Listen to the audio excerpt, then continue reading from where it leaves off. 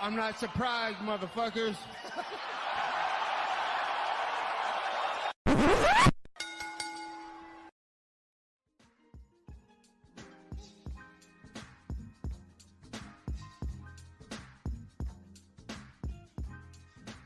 What is up, ladies and gentlemen? Welcome back to the Courtside Soundoff podcast. Once again, I'm Josh Soundoff. As always, welcome by the one and only man of the hour, too sweet to be sour. 1-2 in the fantasy league. My friend and yours, Angel Ortega. 0-3. Josh Soundoff. Yeah, I mean, Talking look, to you as well. yeah, I mean, of course, checking in after, Lamar Jackson just had to walk down the field and get a garbage time touchdown on Monday, and that's the only reason I'm sitting here at 0-3. So, it's a great start to the year. Great start to the podcast because, folks, it is UFC Perth fight week. That's right. We have fights back. We have some fight news. We have, I don't know what you'd call that White House thing, but they continue to talk about it. So, yeah, a lot of stuff to discuss. Josh, are you not going to be a patriot and call it by it is? It's UFC White House, bro. UFC X. It's UFC X. It's UFC White House. It's going to be a parade. It's going to be a week of fights. It's going to have... Dana said they're taking over Washington, D.C., and I hope this goes a lot better than last time they took over Washington, D.C., because I'm telling you, Pat Miletich down there and all the whole 9 yards, man. I mean... Jesus. Yeah, I mean, jokes aside, we'll talk about that because a lot of stuff's been coming out about that. Actually, though, they've actually shown like actual schematics now, right? Yeah, exactly. Like, I'll be honest with you. Do I think it's gonna happen? I'm still like 50-50 on it, but it's gonna happen. I don't even think I'm 50-50 now. The fact that they got actual schematics now, he flew out there, and I hear you, but like it's him and Donnie. They're gonna get it done, dude. John Jones versus Tom Aspinall, that was set too. I mean, until it happens, there's things that I'm not confident about, but this is one of them that I'm confident about. I mean, I will say, dude. I mean, shit, dude, Connor's coming back for it. Yeah, that's the funniest part, right? He's not going to be Irish president, but he's going to be fighting on the. It's so funny that like they're like, you know what? Nah, I don't want John on there. Even though like he's like the American kind of star that we have, former champion, like unretired, yada yada. Dane's like, nah, I'm good. Like, I want Connor. Connor I could trust. I don't trust John. It's like, wow. Even this current Connor, Like, I mean, Connor's only fucked him once. John's fucked him for several years. Yeah, that's true. In recent time.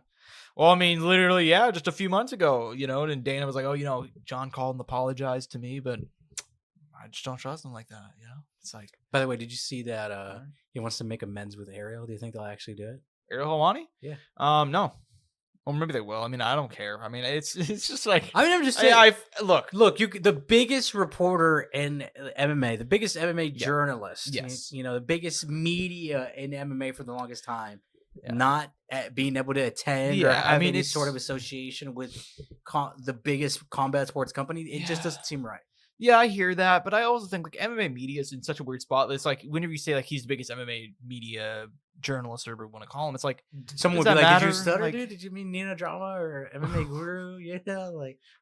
For a huge Nina Drama fan here checking in. No, I mean, jokes aside, like what does it really mean? You know what I mean? Like he's the UFC in their media ecosystem, the way things work, you don't really have to be in the building. You really don't have to it's not like have a good relationship with them. Honestly, like you can kind of do stuff working with management and working with different fighters on their own and so on and so forth.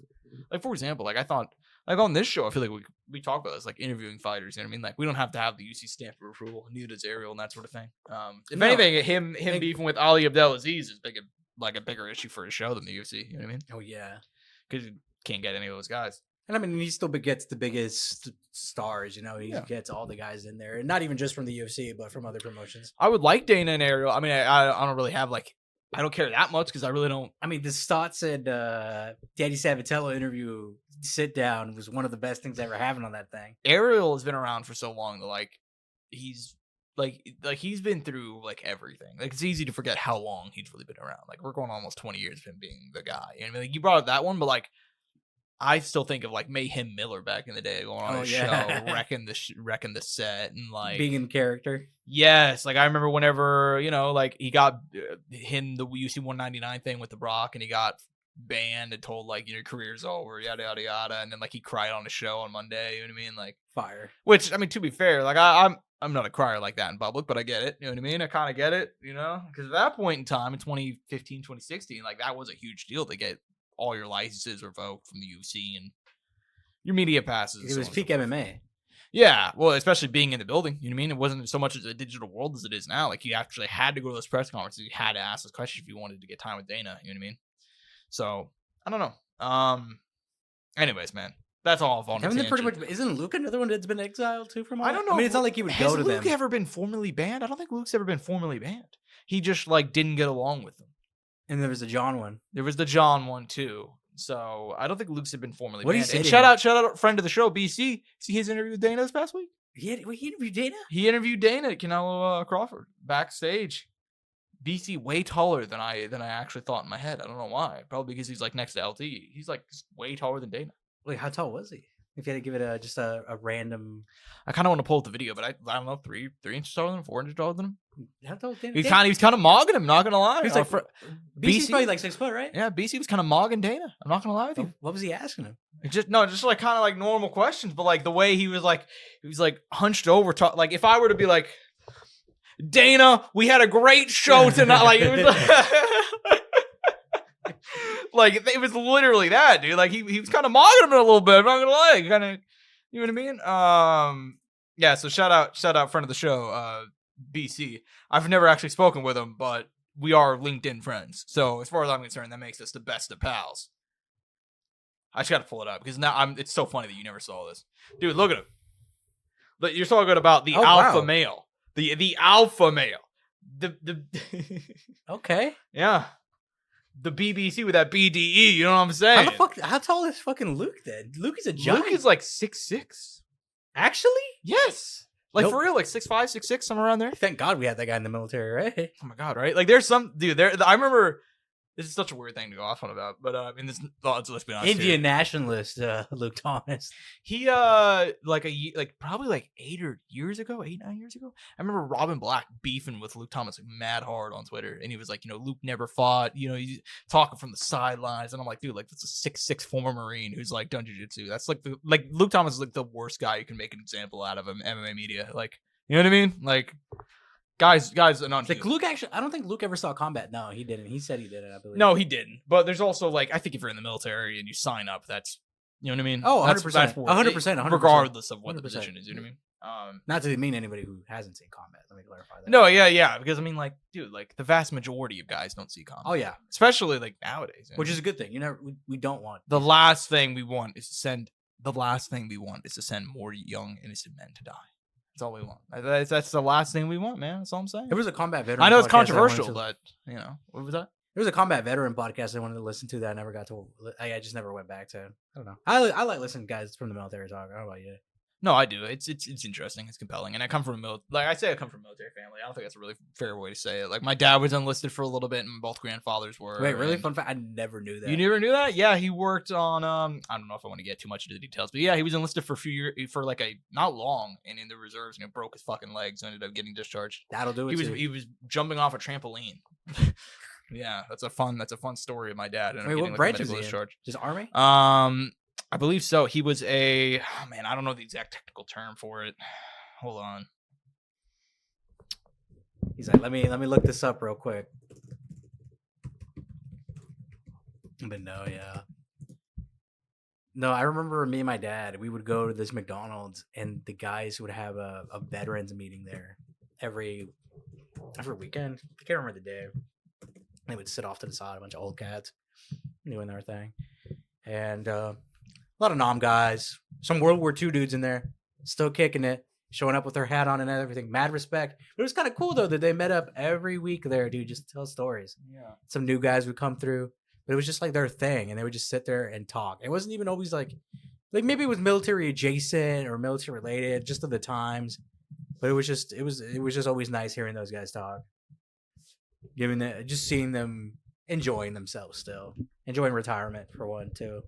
Yeah, I believe he worked as somewhat involved in engineering. I can't ask him because my dad's dead. But I mean, it was. God damn it, Josh. But yeah, I mean, it was something involved in engineering. Mechanic. I mean, those are typical jobs. Yeah. We wasn't enlisted long, but yeah. So, but that's besides the point. I still think about enlisting, dude. Think about it all the time. Talked about it recently. Funny enough. Well, I will say that I would not do that now. This is like the last time I'd want to enlisted. I thought about it so much. In hindsight, maybe after high school I should have done it because I would have been out by now if I just did 4 years. I mean, if you would have done, yeah, dude. Honestly, that's one of those things. Reserves maybe for 4 years, you would have been able to make some money and then do nothing. You know what I mean? Because you know what I mean? I don't know. I had somebody in the reserves that said it was really chill. I had seen some guys who did some time. They did their thing. Yeah. I know some people who've enlisted like recently, and I was like, why? You know what I mean? Like this is like the last time I'd want to. Like, I thought about it. Yeah. Granted, well, we'll talk about that off air. Yeah. But no, I mean, and I've heard a number of opinions. There's people who either I've gone on two ends of the spectrum. They either hated it, or there's people like, damn, I wish I stuck in longer. Yeah. I mean, it's a weird thing. It's a weird thing, the military. And everybody's different, right? Everybody's experience will be different. And everybody at the time you jobs, join, you know, like it's a weird field. It's a weird field to get into. So your life situation at that time. Yeah, it could be very different. There's a number of things. I have a buddy who his dad was in the military, and I think he did enjoy it for a while, but then once he got really highly ranked, he said things kind of changed and it just wasn't the same, and he just exited respectfully out of the U.S. military, obviously correctly in there. Yeah, man. Speaking of U.S. military, have you seen this so off top? It's actually not that off topic. Warfare came out earlier this year. I saw a little bit of it. It was wow. I mean, dude, it's a beautiful movie. Yeah, it's a crazy movie. It's on HBO now. I saw quite a bit of it. Directed by Alex Garland. Crazy movie. I like war movies a lot, but I think you have to do them a certain way. And I do think there's a good way to do it and a bad way to do it. You know what I mean? Mm-hmm. Like, there's a lot of people who are like, oh, you can't do a war movie without glorifying war. And I'm like, dude, like, you watch Warfare, that's the last thing they're doing. Like, it didn't feel like propaganda, no. Like, they're making pretty clear it's an awful situation that, like, it's hell on earth. And also how, like, a combat situation would more likely not play out. Like, it's like nothing, and then boom, everything is happening. Yeah, well, I mean, war is hell on earth, so, like, any movie that portrays it like that, good in my book, you know what I mean? Like, and the guys killed it.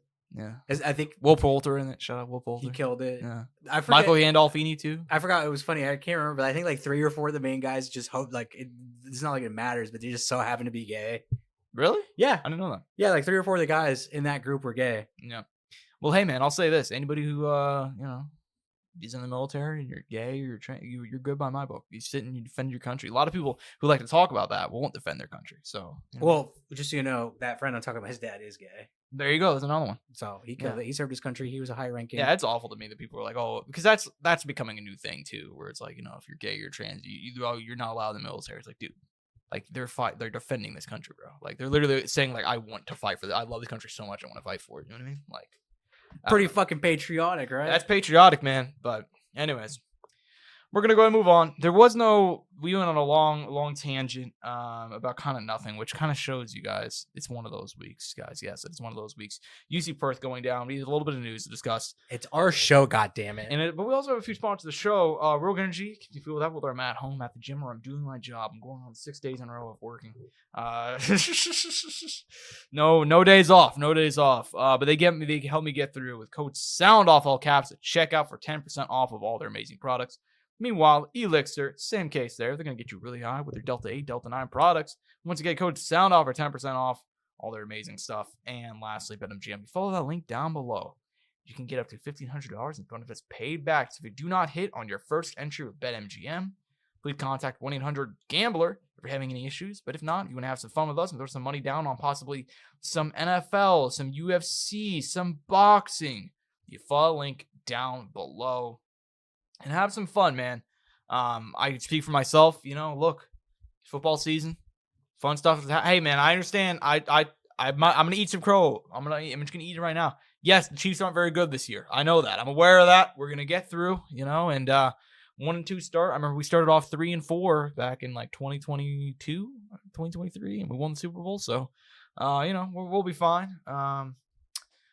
Yeah. So go ahead and throw some money down on whatever you want and follow the link down below whenever you do it. Nonetheless, man, no UFC this past week, no real major boxing either, no PFL, nothing. But we're back with the UFC Perth. It's going down under with Carlos Ulberg, the Black Jag, 34 years young and finally in a position after a lot of hype, a long UFC journey. We're now 5 years into it. He's at a point where he might get a UFC title shot if he can win this fight. Coming off a win over Jan Blachowicz, he's won about 7 fights in a row, I believe, and a couple of really good names in there.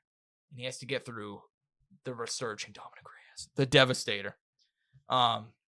former college football player, Dominick Reyes. He's an athlete, okay? He's won 3 fights in a row by knockout. After being finished almost 4 straight fights, he's now won 3 fights in a row by knockout. And in my opinion, Angel, if he can come through here, it might be the greatest UFC comeback story of all time. If he can come through here and maybe even, because he'd get a title shot, I think, if he wins this regardless. So I think if he comes through here, gets a title shot, it might be the greatest comeback in UFC history, even including someone like Dominick Cruz, who lost 2 years of his career. To come back from damn near 4 straight knockouts to this, absurd. But give me your thoughts on the fight, Angel. Can Dominick Reyes come through here as, I believe he's the underdog? I'm going to double check. Dominick Reyes is not on here. Actually, they don't have that. Yeah, they don't. All right. That's my bad. There it is. Okay. He is a minus 275, Carlos Ulberg. The favorite, Dominick Reyes, coming back at a plus 210 according to BetMGM. Give me your thoughts. Can Dominick Reyes pull off the upset for 3rd straight fight in a row? I mean, look, he has a good chance as anybody does right now, man, with the way he's been looking. This fight is hard for me, man. Personally, as a fan, I have enjoyed very much both of these guys' careers. I've gotten to see, obviously, all of Carlos Ulberg's career. I've seen every single one of his fights that is within the UFC. Yep. Just to clarify. Contender Series, too. Yeah, Contender Series as well. I saw that one. Izzy in the corner back in the day during COVID. I think it was still COVID era. It was September 2020. Oh, man. Yeah. Oh, man. Yeah. I remember that because Izzy had they were blue corner. He was blue and he had the blue mask on. Yep. They gave him a color mask to match. Obviously, Reyes' run, I came in at kind of the peak of that with the Jones fight, which inevitably, obviously, has been a topic of conversation several times on this show. And that's a way to put it, brother. Yeah. And a never-ending topic outside of here. And obviously, dude, I mean, and obviously with him kind of resurging, we've seen stuff on Twitter come up, TikTok, talking about that fight. I'm conflicted, dude. I don't know who's going to win, but I can't believe this is going to be my answer because I was kind of riding Ulberg most of the way here. I think Dominick Reyes is going to do it. I think we're actually going to get a happy MMA story for once. I think he's going to get another win. He might even get another finish, which is going to be the perfect send off into potentially a title fight. And at that point, look, it's on him to fight whoever's champion at that time, whether it's Poatan or Ankalaev, or if some godforsaken reason they put him in an eliminator between whoever wins between Roundtree and Prochazka, which really I think ideally for either one of those guys is just fuck, dude, that's another thing. Those guys are fighting on the same card. Who knows how that's going to go? Yeah. I mean, if Yuri wins and Magomad's still available, I feel like they do our boy Reyes duty and they go Yuri and Magomed. Yeah, I think they will, honestly. Fuck, maybe they do Roundtree. I mean, those guys are going to have a good fight. I think no matter what. Yeah. Dom might have to sit on the sidelines for this one, which is a little unfortunate now that we're talking about it a bit. And not even just that, we have to talk about this on air because we talked about it privately. The promotion for this fight has been horrific. Disappointing. Disappointing. And the reason the reason I worded it as horrific is because it's non-existent. Just to be clear. Yeah, the fight's getting promoted as it regularly would. But they're not selling you on the storyline. They're not. I was telling Josh, I'm like, dude, they should be giving me ESPN interview, blacked out room, Brett Okamoto in one chair, Dominick Reyes in the other, and literally this topic of conversation is, how does it feel to be back in this position? How does it feel to potentially be fighting for a title again soon? They should be making Dominick Reyes. Fuck, dude, they should just be playing it out. They should be playing it in their head as Dom Reyes is going to win. They should be making him rewatch the John Jones fight, breaking it down, doing a whole special behind that, doing a sit-down interview with Ulberg too. Shit, I don't know if is this happening in Australia? This is happening in Perth, Australia. Yeah. So I don't know if maybe they've done anything with maybe ESPN Australia is doing any interviews on some sit-downs with Ulberg because even himself, he has his own storyline in this. If he wins this, he's in a position to fight for a title, 8 wins in a row. If Poatan wins, that's a whole storyline. Obviously, it's like, are you going to have Izzy in your corner? Have you been asking him questions already? Yeah. Not to look past Reyes, but just like, this should be the kind of promotion we should be getting, the content that we should be getting shoved down our throat. And we're not. Yeah. I think you laid it out there really well. And this is what we talked about this all fair, like you said. Like, they could literally do like a Brett Okamoto, like they're sitting, like doing kind of a voiceover narration. Dom Reyes is sitting in like a dark room. They have the camera going behind and panning behind his head, and then they show the shot of him watching the John fight, like in the dark. And it's like Dominick Reyes has somehow found a way to crawl himself back to the top of the sport. When then it shows the knockouts of him getting knocked out. Epic music playing. Literally, dude. Like, this is a really big fight on paper, and it feels like this is another thing where it's like 10 years ago they would have promoted a lot of this fight because this is a big contender fight. But, you know, in the ESPN era and whatever you want to attribute it to, like, I just feel like they're not pushing this fight as big as they should because this is an awesome story. I feel like it's going to be less in the Paramount era. Yes. Dude. Oh, I mean, it might. I don't know. I mean, Paramount's throwing a lot of money around, so I think it depends on what their demands are. I think obviously they're like, dude, we're paying you how much? Yeah. I mean, on paper, it's such an exciting and interesting fight in terms of a great storyline as well. Like Carlos Ulberg, long time. I'd call him a long time prospect at this point. Like, we're going on 5 years of him being in the UFC. He comes from a great camp. He had the background with Izzy. He's been super hyped. And now it's his opportunity to earn a title shot. In order to do that, he has to go through this guy who's on, like, the greatest comeback in the UFC right now. Like, genuinely, from 4 straight losses, damn near getting cut, to being in a position where he has this main event. If he wins, he could get a title shot. I mean, I think you should give him it if he wins, because at that point, he would have beaten 4 in a row. Hypothetically, if he knocks him out, he'd probably be number 3 in the division. And then it's like, do you really want to give another title shot to Yuri or Khalil, or do you want to give some... I mean, I guess technically Dom's not fresh blood, but a guy who's been able to crawl his way back, win 4 fights in a row, like, I think he deserves a title shot. And once again, there's a story to sell there. Yeah, he'd be top 3. Like, so I think he deserves a title shot if he wins. I understand all the fights going on around it, but I'm just saying there's a great story here, and I'm in agreement with you. I think he's going to get the job done. I think he looks... The thing about Dom Reyes is that the past few fights before this little winning streak, it seemed like everything was going wrong. You know what I mean? Like, I don't know if it's a confidence issue, because, like, he was... You could argue it was a chin issue, and really, but outside of, like, the Ryan Spann fight, like, he was getting bombed on. Like, there were some huge shots he was taking in some of those fights with, obviously, Yuri and then Jan and so on and so forth.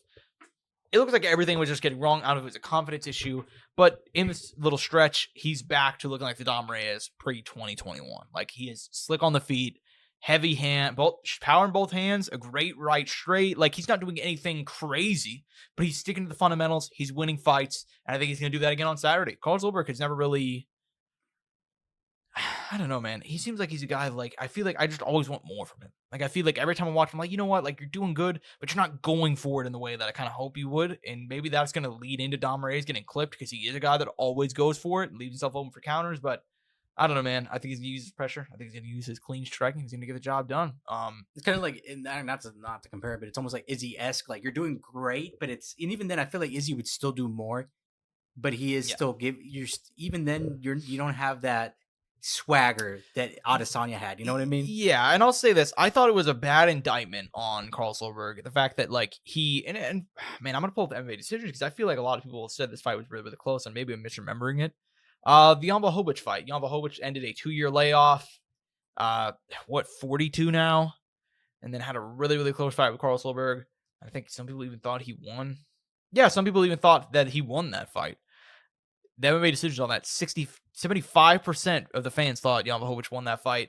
I think it's a really, really bad indictment on you when you're a decade younger facing a guy with 2-year layoff. Like, there's a lot of factors that were going for Carlos Ulberg in that fight, and he still didn't really perform that amicably.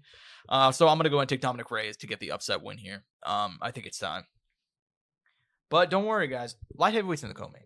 Also, it's an Aussie stat card. Let's say that too. It is an Aussie stat card. I will say the co-main event They're doing a good job with that nowadays. Where whenever they go to a place or they're going to a country, they kind of try to build it up with those guys. Like, so with the Chinese card, we're seeing it here again.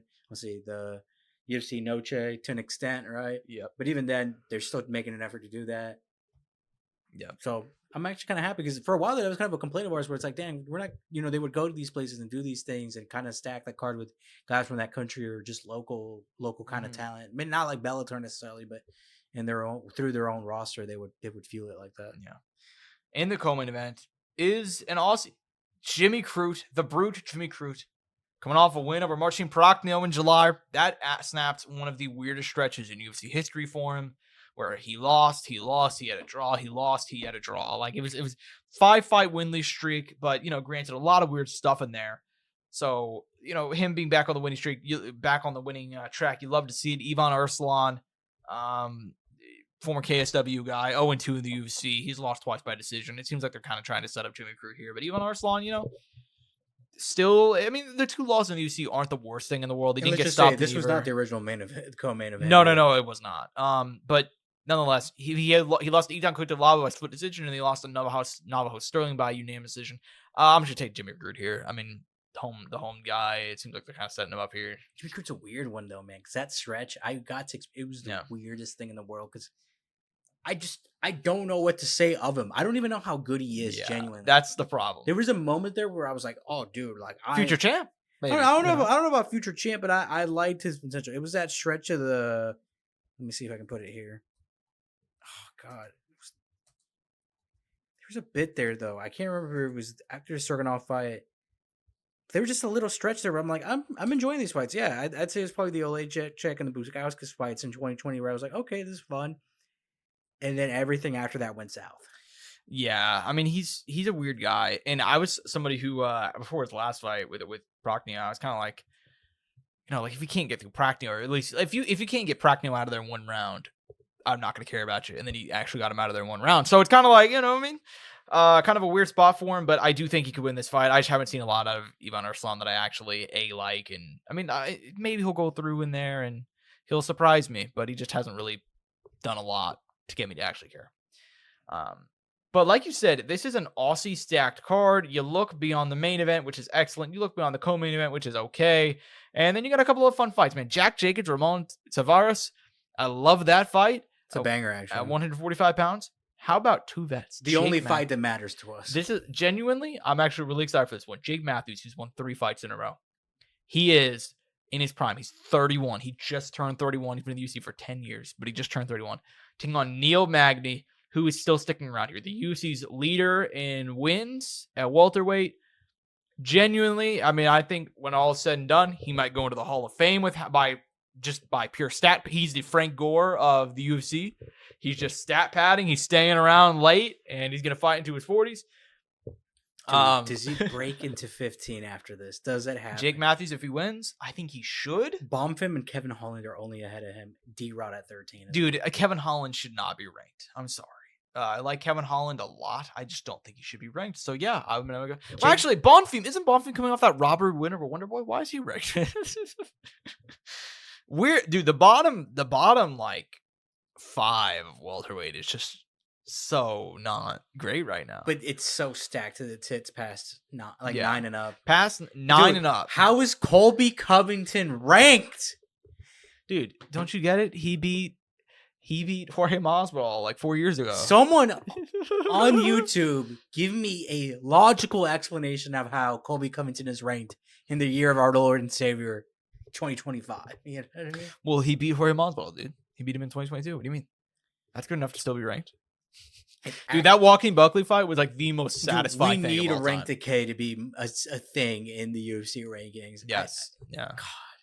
Yeah, man, I don't know how he's ranked either, but that's 170 in general, because it's like you take a look at the rest of it, it's like you go one down, Gilbert Burns, who's not won a fight in a long time. Jeff Neal, it's not that he's like, Jeff Neal's taking some hard-ass fights, just to be clear, Jeff Neal. Like, I'll give him a pass for sure. And he last beat RDA like last year. D-Rod, who's a million years old, coming off that win over Kevin Holland. Gabriel Bonfim coming off that really, really controversial as being really, really nice. Win over Stephen Wonderboy Thompson, who's 1,000 years old. And then Kevin Holland.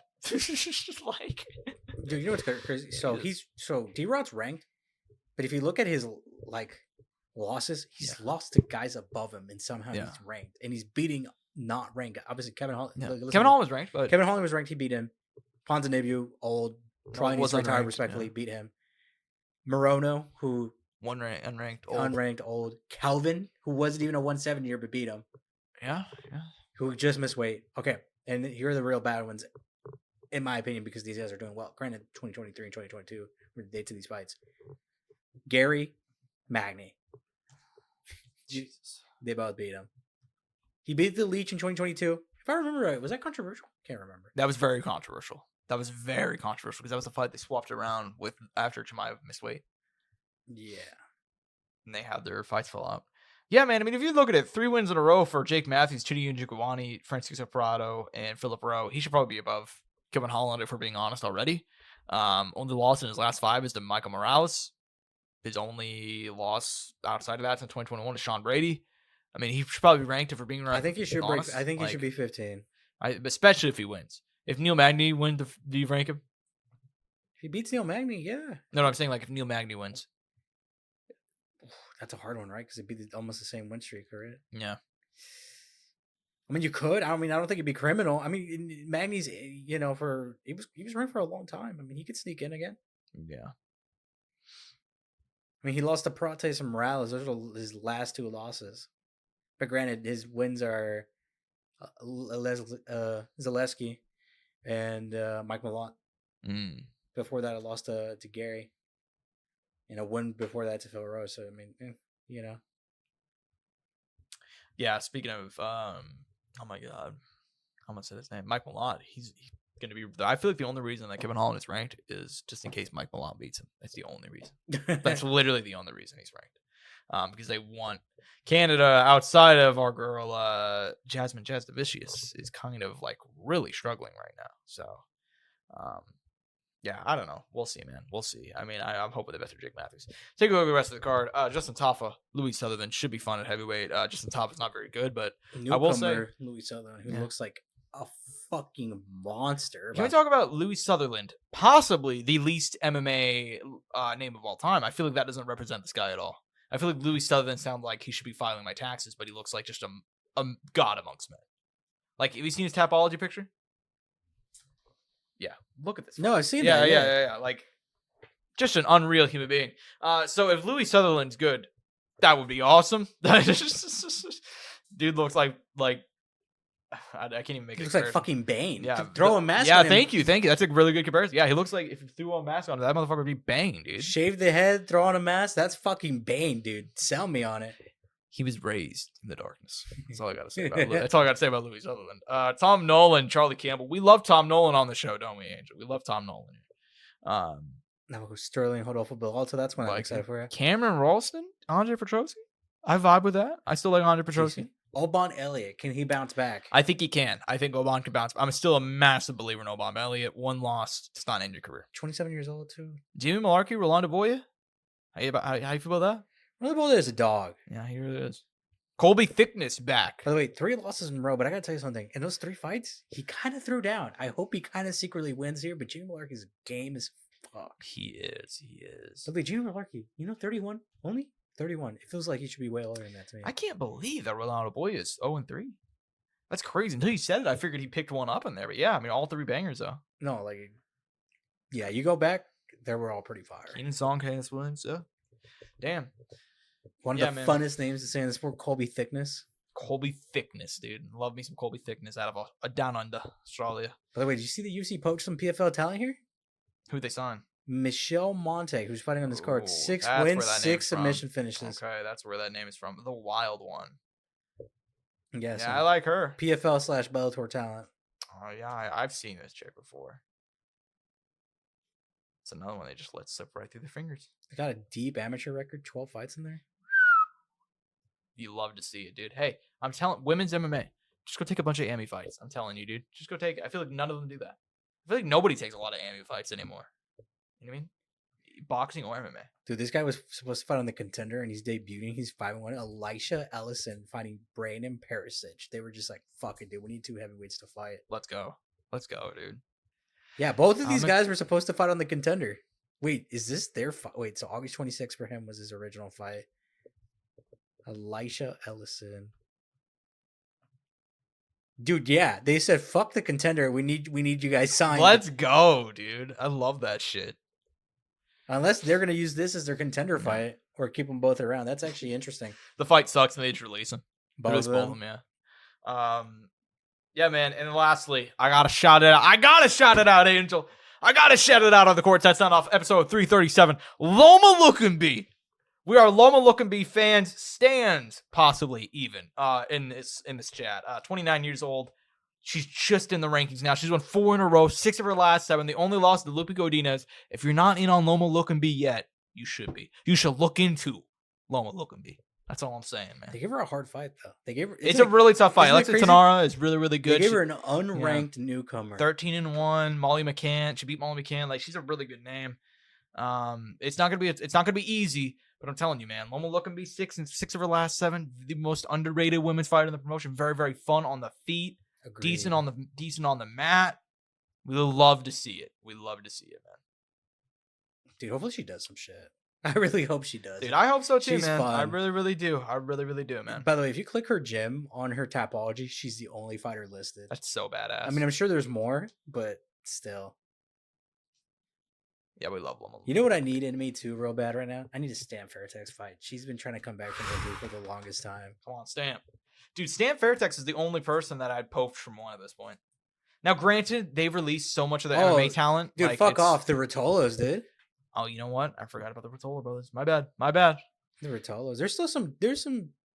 If I still had to pick one, though, I'd still. I mean, if you could only pick one, make Adam Wade shine Stamp Fairtex. Yeah. Yeah, dude. I miss Stamp Fairtex bad, man. It's been 2 years since she's fought. It's ridiculous. She has a kickboxing match set for November. That's by the way, in that time, I believe she's graduated college and gone and married. So good for her. Good for her, man. It's crazy. She's 27 though. Yeah, that's crazy. She turns 28 though. In like, what is that? This weekend? 3 days. Yeah. Saturday. She turned 27 Saturday. Yeah, 28 Saturday. My bad. Speaking of birthdays, shout out Roxanne Modafferi, friend of the show. Oh, she has a fight announced though, November 16th. Yeah, man. She's back. Yeah. Oh, dude, that's gonna hit like crack. I know, dude. It's in Japan. Did you look at the card? It's stacked to the tits. They got Rugu rematch, Antonio Monken, Joshua Pacquiao versus Yuya Wakamatsu, banger. Rafael Lovato Jr. Okay. That's a name I've heard in a while, isn't there? Stamp Fairtex here, kickboxing, not MMA. It's Suku Hirata. What's that? Android 18. Yeah, that's what I thought. Hiratang. Christian Lee. Oh, you know why this one's stacked to the tits? They're doing it in Tokyo. Yeah, it's in Japan. Yeah, it's a Japan one, not a Thai one. Okay. I'm with that. Oh, Ampo's fighting on that.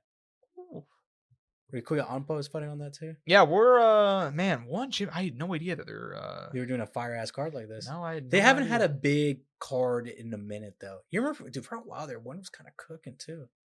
Yeah, they've had. I mean, I feel like anytime, dude, you watch their events on like just a random Friday fight night, little things they do. Look, they're always cooking. The I'll thing give them credit. Once again, I almost think they're kind of in the same kind of PFL scenario. Like, yeah. Weird now. Before this wasn't an issue with them, but they were kind of like before their promos were good and their fighting was good. They just weren't getting the attention they needed in the States. Now it's like, for some reason, the promo is not as good as what the fights are. Because dude, how many times do you go on Twitter, YouTube, TikTok Shorts, and they show you the most insane finish, and it's from a Muay Thai kickboxer from one. Yeah, all the time, dude. Yeah, all the time. There's always a highlight from there, and they got plenty of talent. Unfortunately, they're not getting the promo they need. And don't get me wrong, like I do like checking them out, but I'm not getting it pushed enough in my face to be like, something, I need to check this out. They're selling me on this. This looks like, X. Yeah, dude. They're in a weird spot. Like, kind of. We'll talk about PFL in a minute. Like, MMA's been in a weird spot, I'd say, since the pandemic. Like, since the pandemic, we saw Bellator die. We saw a lot of these promotions slow down, like PFL. Like, they had momentum, and then they slowed down. Now they're kind of back up again. Maybe it's time. Bellator never die. Genuinely, dude. Like, if I were just a random billionaire, like, I would just... Not even a billionaire. Like, if I had, like, a couple million, I would just go start an MMA company, dude. Like, what would you name your promotion? There is such a wealth... Josh was like, Strikeforce. Could you buy those rights?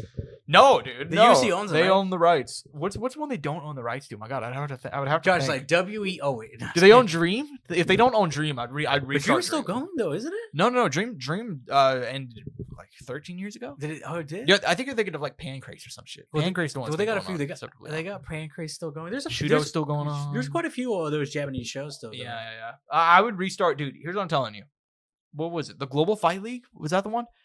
Whenever they were like, we're just gonna sign like GFL? we're gonna sign like every big name, even if they're like 45.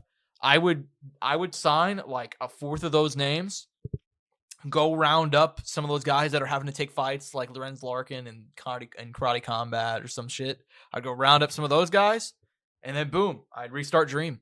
I'd have like an open weight. I'd kick it off with an open weight tournament of like Junior Dos Santos, Lorenz Larkin, I don't even know, Robbie Lawler's steady, he'd come back.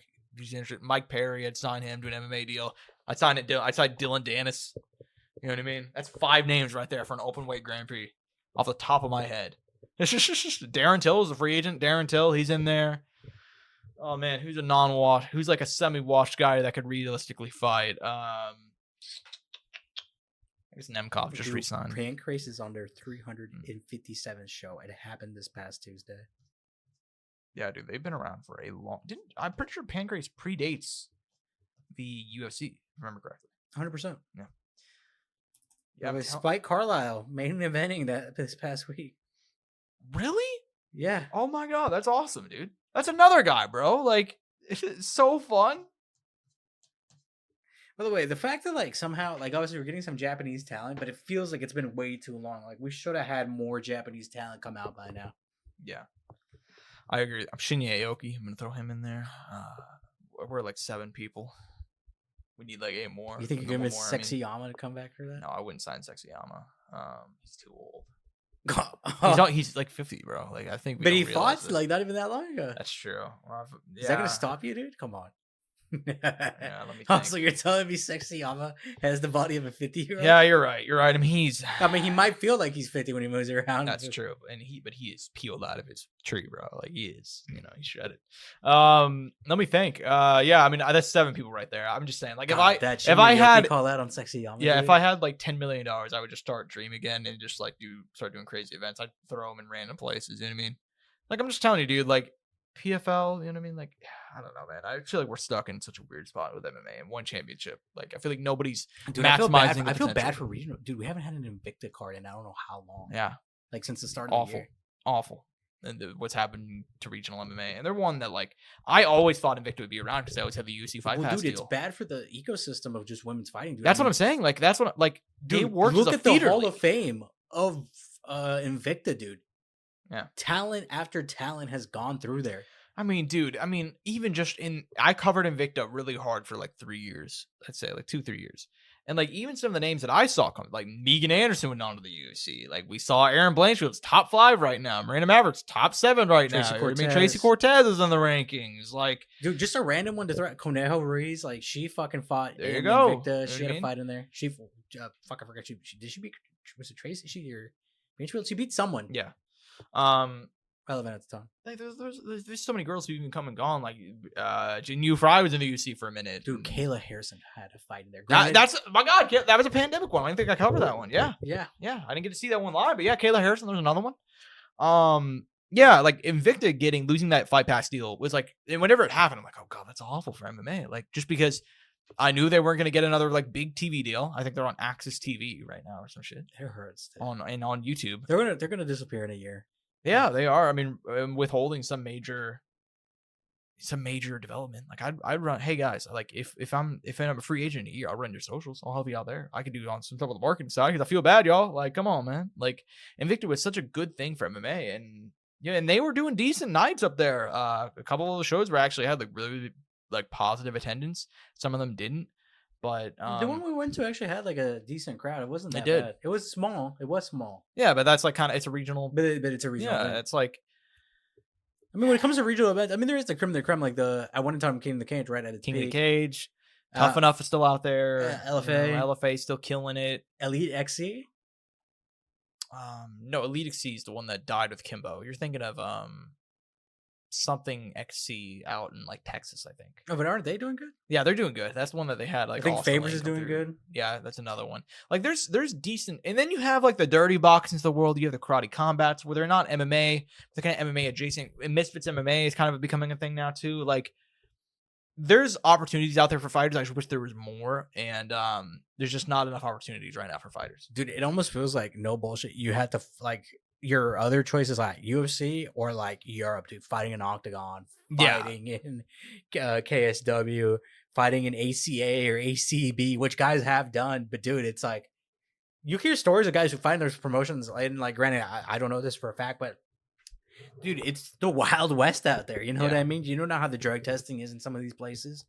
Granted, we don't know that. I mean, granted, in my opinion, we don't know that in general for some of these promotions. Yeah. But just to be open about that, we don't know about any, just respectfully, potential collusion out there. Guys have talked about, refs have talked about. I think like Herb has been like, guys have like promoters have come up to me, be like, hey, if the fight goes to the ground, stand that shit up. You know what I mean? Like straight up, like out in these European, Russian, you know, these Baltic countries or Russian countries or whatever, wherever they are.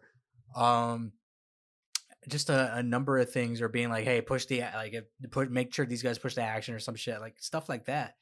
Like, and not even to talk about the money end of it, because I mean, who knows how much? I mean, some of these promotions do pay well to their stars, but I feel like even then, it's like, dude. At the end of the day, if you guys want to go to the UFC for a reason, you know? Let's just be honest, it is the truth. Yeah, exactly, and that's the cream of the crop right there. And you might make more money if you're a guy somewhere else, but yeah, man, I don't know, man. Anyways, we're gonna move on because we do have a few quick things to discuss. As far as news, man, Charles Oliveira is supposed to be taking on Rafael Fiziev October 11th in Brazil. That is now Mateus Gamrot. Rafael Fiziev suffering a knee injury. Not a whole lot to really say about this one because the fight happened very, very soon. What a setback. Like, what if another setback for Fiziev, right? Yeah, another setback, unfortunate. Give me your thoughts on this whole situation. I mean, look, we talked about it this morning, I think, a little bit. Gamrot found out that he's the next guy in line. Did you see that video, by the way? I did, yeah. That was hilarious. Look, as far as like last minute opponent change-ups, I mean, that's probably the best you could have done. I mean, literally the best, because you still want like a relevant guy, decently sized name, I'd say, also good. And then obviously the benefits come out of this for Gamrot. It's like, shit, dude, you're right now in the mix too, you know, if he wins that. So that's a big time one for him. It would have been big for Fiziev as well if he won. But it feels weird, right? Because Oliveira, obviously, this is kind of a quick turnaround. He wanted to fight in Brazil. They're making sure Oliveira is going to fight in Brazil. Yep. Look, I can't say they could have done anything else better. I mean, this is the best they can do. I'm excited for the matchup. I like it. Obviously, Gamrot's wrestling is going to be interesting to see how it does against Oliveira's jiu-jitsu. I mean, it gets joked about a lot where it's like, dude, the X guy is good off his back. And you can pray, like, we talked about this on the show way back when, but being good off your back has become like a really irrelevant thing because guys don't really get submitted for that. There's very few guys that you could say like it matters for. Oliveira is one of those few. Yeah, I agree with you. I completely agree. I do think it's a very interesting fight. Should be fun on the mat. Yeah, man, I think it's going to be a fun fight. I don't have too much to say about it because I don't really want to preview it because it's going to be very, very soon. But yeah.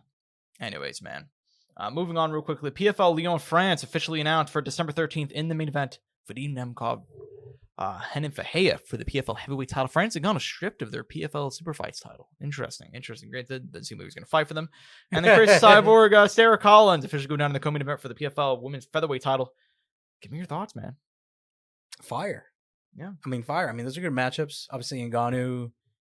Not fighting Nemkov feels a little weird, as it feels like that was the only other guy that he could have fought in the promotion that would have produced some interest, and we're not going to get that.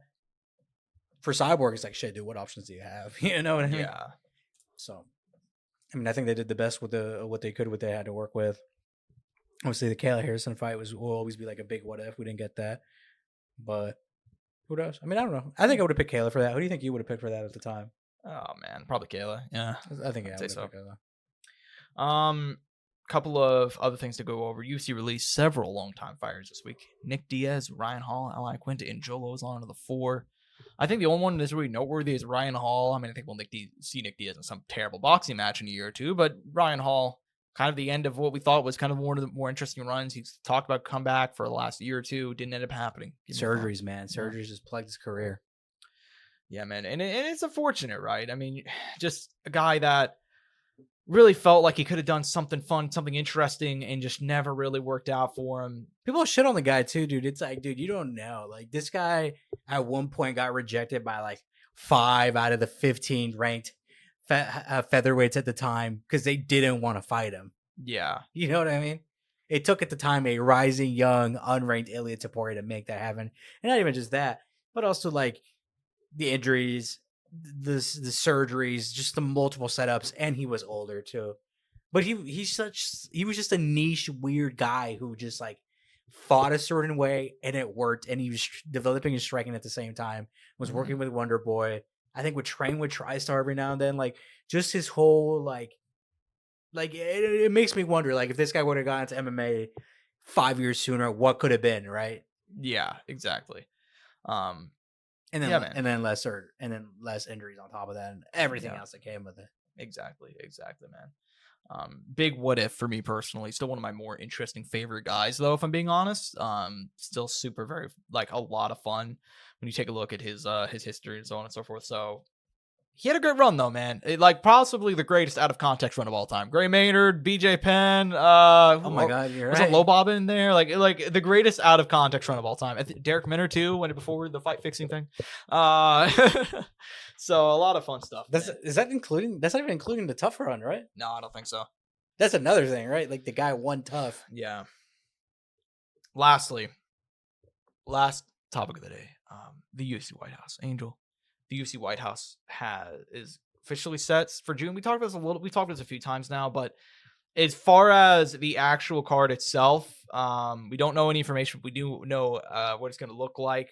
They're going to have the weigh-ins by the Lincoln Memorial, I believe. Fighters are going to be warming up in the White House. They're going to walk out onto the South Lawn, where they're going to have the cage. They're going to have seating at the ellipse. Just insane. I mean, you saw the schematics same as I did. What did you think of everything, man? You know, I actually haven't seen the schematics. You haven't seen the schematic? Are you? Well, no. Pull it up right now, brother. Actually, no. Okay. That's the one thing I know of them. I know that they have them. I know that Dana was Was it Dana that was showing it? Correct. Let me see. Oh shit! Is this it? Is that what you saw? Yeah.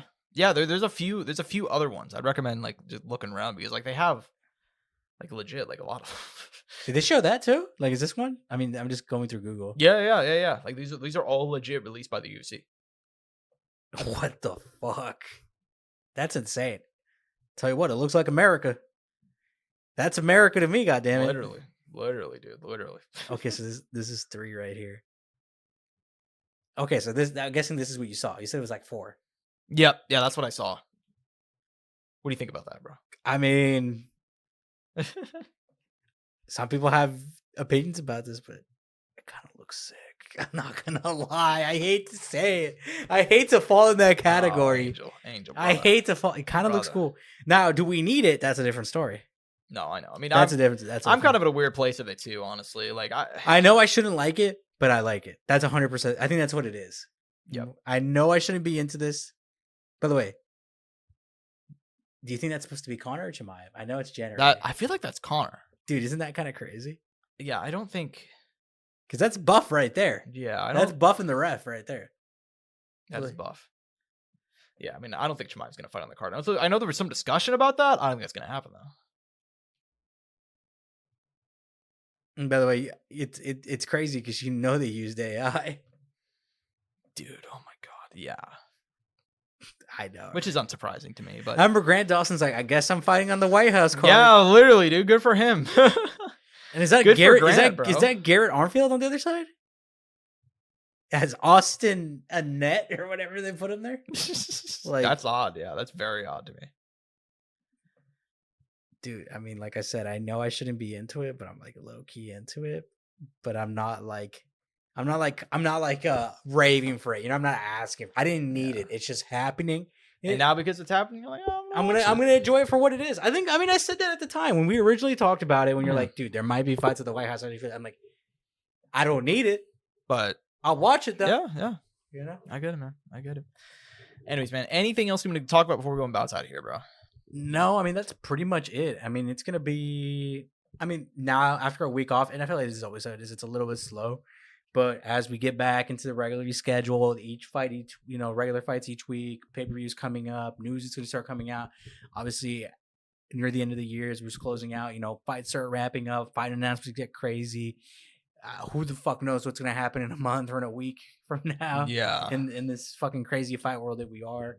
I'm excited, man. I don't even know what the next card is. Is that a pay-per-view? I believe so. I believe that's a pay-per-view, man. Holy shit.